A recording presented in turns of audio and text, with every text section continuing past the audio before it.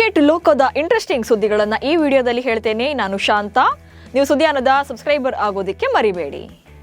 ಸನ್ risers Hyderabad ಪರ ಆಡ್ತಾ ಇರುವಂತ ಇಂಗ್ಲೆಂಡ್ನ star allrounder Liam Livingstone Vaibhav Suryavanshi ಅವರನ್ನ ಹಾಡಿ ಹೋಗಲಿದ್ದಾರೆ. ಈ ರೀತಿಯ ಬ್ಯಾಟಿಂಗ್ ಅನ್ನ ಹಿಂದೆಂದೂ ನೋಡಿಲ್ಲ. ಅವರು ಚೆಂಡನ್ನ ಬಹಳ ನಿಖರವಾಗಿ ಹೊಡಿತಾರೆ. ಅವರ ಯಾವುದೇ ಹೊಡೆತಗಳು ಎಂದಿಗೂ ಕೂಡ ತಪ್ಪಾಗಿಲ್ಲ. ನಾವು ಫುಲ್ ಲೆಂತ್ ಎಸೆತಗಳನ್ನು ಎಸೆದಾಗ ಅವರು ಅವುಗಳನ್ನು ಸಹ ಹೊಡಿತಾ ಇದ್ರು. ವೈಭವ್ಗೆ ಎಲ್ಲಿ ಬಾಲ್ ಮಾಡಬೇಕು ಎಂದು ನಮಗೆ ಲೆಕ್ಕಾಚಾರ ಮಾಡೋಕೆ ಸಾಧ್ಯವಾಗ್ತಿರ್ಲಿಲ್ಲ ಎಂದಿದ್ದಾರೆ. IPL ಆರಂಭಿಸಿ ಕ್ರಿಕೆಟ್ ಲೋಕದಲ್ಲಿ ಕಮಾಲ್ ಮಾಡಿದ ಲಲಿತ್ ಮೋದಿ ಅವರ ಜೀವನ ಚರಿತ್ರೆ ಈಗ ಬೆಳ್ಳಿ ಪರದೆಗೆ ಬರೋಕೆ ಸಿದ್ಧವಾಗ್ತಿದೆ. ತಮ್ಮ ಜೀವನ ಆಧಾರಿತ ಬಯೋಪಿಕ್ ಕೆಲಸಗಳು ಈಗ ಸ್ಕ್ರಿಪ್ಟಿಂಗ್ ಹಂತದಲ್ಲಿವೆ ಅಂತ ಲಲಿತ್ ಮೋದಿ ಅವರೇ ಅಧಿಕೃತವಾಗಿ ಹೇಳಿದ್ದಾರೆ. ಈ ಚಿತ್ರದಲ್ಲಿ ತಮ್ಮ ಪಾತ್ರವನ್ನ ಮಾಡಲು ಬಾಲಿವುಡ್ನ ಸ್ಟಾರ್ ನಟ ರಣವೀರ್ ಸಿಂಗ್ ಆಸಕ್ತಿಯನ್ನ ತೋರಿಸಿದ್ರು ಎಂದಿದ್ದಾರೆ. ಸೂರ್ಯಕುಮಾರ್ ಯಾದವ್ ಅವರನ್ನ ಭಾರತ ತಂಡದಿಂದ ತೆಗೆದುಹಾಕಿ ಶ್ರೇಯಸ್ ಅಯ್ಯರ್ ಅವರನ್ನ T20 ತಂಡದ ಹೊಸ ನಾಯಕನನ್ನಾಗಿ ನೇಮಿಸುವುದಕ್ಕೆ BCCI ನಿರ್ಧಾರ ಮಾಡಿದೆ. ಗುರುವಾರ ನಡೆದ BCCIನ ಅಪೆಕ್ಸ್ ಕೌನ್ಸಿಲ್ ಸಭೆಯಲ್ಲಿ ಈ ತೀರ್ಮಾನ ಕೈಗೊಳ್ಳಲಾಗಿದೆ. ಸೂರ್ಯಕುಮಾರ್ ನಾಯಕತ್ವದ ಜೊತೆಗೆ ತಂಡದಿಂದಲೂ ಕೂಡ ಹೊರಬೀಳುವಂತಹ ಸಾಧ್ಯತೆಗಳಿವೆ. ಸೂರ್ಯಕುಮಾರ್ ಯಾದವ್ ಅವರನ್ನ ನಾಯಕತ್ವದಿಂದ ತೆಗೆದುಹಾಕೋದು ಸರಿಯಾದ ಕ್ರಮ ಅಲ್ಲ ಅಂತ ಮಾಜಿ ಮುಖ್ಯ ಆಯ್ಕೆದಾರ SMK ಪ್ರಸಾದ್ ಹೇಳಿದ್ದಾರೆ. ಸೂರ್ಯಕುಮಾರ್ ಯಾದವ್ ಅವರನ್ನ ತೆಗೆದುಹಾಕೋದ್ರಿಂದ ಸರಿಯಾದ ಸಂದೇಶ ಬರೋದಿಲ್ಲ ಎಂದು ನಾನು ಅನ್ಕೊಳ್ತೇನೆ. ಅವರಿಗೆ ಇನ್ನೂ ಕೆಲ ಸರಣಿಗಳನ್ನ ನೀಡಿ ಹಾಗೆ ಅವರ ಕಳಪೆ ಫಾರ್ಮ್ ಮುಂದುವರೆದ್ರೆ ನಾಯಕತ್ವದಿಂದ ಅವರನ್ನ ಕೆಳಗಿಳಿಸಬಹುದು ಎಂದಿದ್ದಾರೆ. ಹಾರ್ದಿಕ್ ಪಾಂಡ್ಯ ಐರ್ಲೆಂಡ್ ಮತ್ತು ಇಂಗ್ಲೆಂಡ್ T20 ಪ್ರವಾಸಗಳಿಂದ ಹೊರಗುಳಿಯುವಂತಹ ಸಾಧ್ಯತೆಗಳಿದೆ. 2027ರ ಏಕದಿನ ವಿಶ್ವಕಪ್ಗೆ ಅವರನ್ನ ಸಿದ್ಧಪಡಿಸುವ ಉದ್ದೇಶದಿಂದ ಈ ನಿರ್ಧಾರ ಕೈಗೊಳ್ಳಲಾಗಿದೆ. ಹಾರ್ದಿಕ್ ಅವರ ಫಿಟ್ನೆಸ್ ಹಾಗೆ ಬೌಲಿಂಗ್ ಸಾಮರ್ಥ್ಯವನ್ನ ಆಯ್ಕೆದಾರರು ODIನಲ್ಲಿ ಸೂಕ್ಷ್ಮವಾಗಿ ಗಮನಿಸಲಿದ್ದಾರೆ.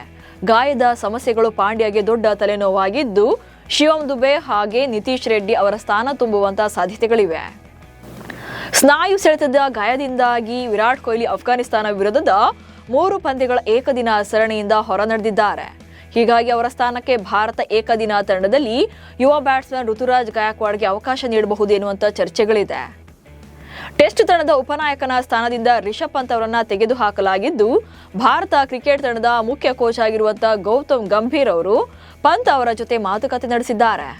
ಅಫ್ಘಾನಿಸ್ತಾನ ವಿರುದ್ಧದ ಏಕೈಕ ಟೆಸ್ಟ್ನಲ್ಲಿ ಹಿರಿಯ ಆಟಗಾರನಾಗಿ ಹೇಗೆ ವರ್ತಿಸಬೇಕು ಎನ್ನುವುದರ ಬಗ್ಗೆ ಪಂತ್ ಅವರಿಗೆ ಗಂಭೀರ್ ತಿಳಿಸಿದ್ದಾರೆ. ಮಾದರಿ ಹಾಗೆ ಹಿರಿಯ ಆಟಗಾರನಾಗಿ ರಿಷಬ್ ಉತ್ತಮ ಪಾತ್ರವನ್ನು ವಹಿಸಬೇಕು ಅಂತ ಸಲಹೆ ನೀಡಿದ್ದಾರೆ. ನಾಳೆಯಿಂದ ಆರಂಭವಾಗಲಿರುವಂತಹ ಭಾರತ ಹಾಗೆ ಅಫ್ಘಾನಿಸ್ತಾನ ನಡುವಿನ ಏಕೈಕ ಟೆಸ್ಟ್ ಪಂದ್ಯದಲ್ಲಿ wicket keeper batsman Rishabh Pant ಇತಿಹಾಸವನ್ನ ಸೃಷ್ಟಿಸುವ ಕನಸಿನಲ್ಲಿದ್ದಾರೆ.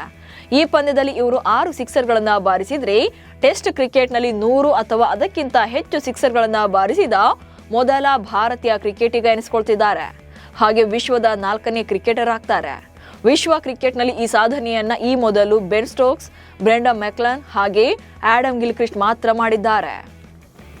ಭಾರತದ wicket keeper batsman KS Bharat ತಮ್ಮ 32ನೇ ವಯಸ್ಸಿನಲ್ಲಿಯೇ ಅಂತಾರಾಷ್ಟ್ರೀಯ ಕ್ರಿಕೆಟ್ಗೆ ನಿವೃತ್ತಿಯನ್ನ ಘೋಷಣೆ ಮಾಡಿದ್ದಾರೆ. ಭಾರತ ಪರ 7 ಟೆಸ್ಟ್ ಪಂದ್ಯಗಳನ್ನು ಆಡಿದ್ದು ವಿಕೆಟ್ ಕೀಪಿಂಗ್ನಲ್ಲಿ ನಿರ್ಣಾಯಕ ಪಾತ್ರ ವಹಿಸಿದ್ರು. ವಿರಾಟ್ ಕೊಹ್ಲಿ ಮತ್ತು ರೋಹಿತ್ ಶರ್ಮಾ ಸೇರಿದಂತೆ ತಂಡದ ಸದಸ್ಯರು, ತರಬೇತುದಾರರು ಹಾಗೆ BCCIಗೆ ಧನ್ಯವಾದ ತಿಳಿಸಿದ್ದಾರೆ. ಪಾಕಿಸ್ತಾನ ಮತ್ತು ಆಸ್ಟ್ರೇಲಿಯಾ ನಡುವಿನ 3ನೇ ಏಕದಿನ ನಿರ್ಣಾಯಕ ಪಂದ್ಯದಲ್ಲೂ ಕೂಡ ಆಸ್ಟ್ರೇಲಿಯಾ ತಂಡ ಸೋಲನ್ನ ಕಂಡಿದೆ. ಪಾಕಿಸ್ತಾನಿ ಬೌಲರ್ಗಳ ಮಾರಕ ದಾಳಿಗೆ ತತ್ತರಿಸಿದೆ. ಆಸ್ಟ್ರೇಲಿಯಾ ತಂಡ 42 ಓವರ್ಗಳಲ್ಲಿ ತನ್ನೆಲ್ಲ ವಿಕೆಟ್ ಅನ್ನ ಕಳ್ಕೊಂಡು 157 ರನ್ಗಳಿಗೆ ಆಲ್ಔಟ್ ಆಯಿತು. ಪಾಕಿಸ್ತಾನ ಪರ ಶಾಹಿದ್ ಅಫ್ರಿದಿ ಅದ್ಭುತ ಬೌಲಿಂಗ್ ಪ್ರದರ್ಶನ ಮಾಡಿದ್ರು. 8 ಓವರ್ಗಳಲ್ಲಿ 30 ರನ್ಗಳಿಗೆ 3 ವಿಕೆಟ್ ಪಡೆದ್ರು. 3 ಪಂದ್ಯಗಳ ಸರಣಿಯಲ್ಲಿ 2 ಪಂದ್ಯಗಳನ್ನ ಗೆಲ್ಲೋ ಮೂಲಕ ಪಾಕಿಸ್ತಾನ ಈ ಸರಣಿಯನ್ನ ಗೆದ್ದುಕೊಂಡಿದೆ. ಇವಿಷ್ಟು ಇವತ್ತಿನ ಕ್ರಿಕೆಟ್ ಬಗೆಗಿನ ಸುದ್ದಿಗಳು. ನಮಸ್ಕಾರ.